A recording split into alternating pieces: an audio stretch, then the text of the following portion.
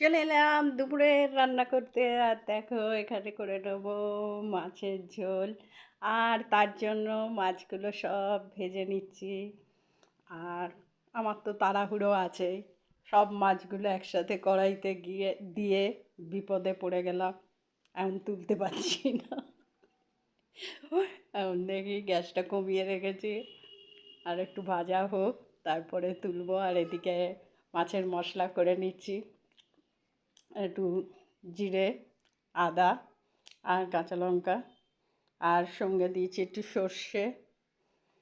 আর আমার তো সব মাছের ঝোলেই একটু সর্ষে দিলে খুব ভালো লাগে। আর এই দেখো মাছগুলো তুলছি, আর এগুলো আর তুলতে পারছি না, একসাথে দিয়েই ভুলটা হলো। মাছগুলো তুলতে গিয়ে ভেঙে যাচ্ছে। থাক, নাড়াচাড়া করবো না, আর একটু হোক। এখন হয়ে গেছে, মাছগুলো তুলে নিচ্ছি।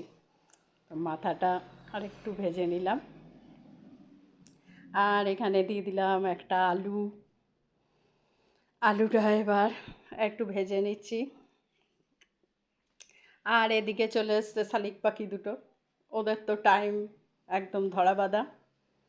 ওদিকে সকালবেলা দরজা খুললেই একটু খেয়ে কোথায় যে চলে যায় তার নেই ঠিক। আবার একটার সময় আসবে, একটু খেতে দিয়ে দাও, তারপরে সারাক্ষণ বসে থাকবে।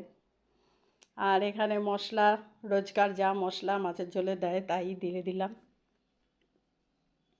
ওদের একটু চানাচুর দিয়ে দিলাম, ব্যাস ওরা বসে বসে এখন চানাচুর খাবে।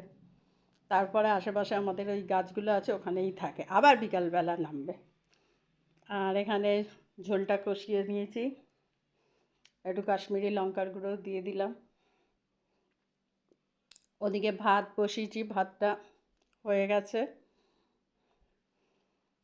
আর ঝোলের কালারটাও দেখো কি সুন্দর এসছে, কষানোও হয়ে গেল। আর এখন মাছগুলো দিয়ে বেশ খানিকটা জল দিয়ে দেবো।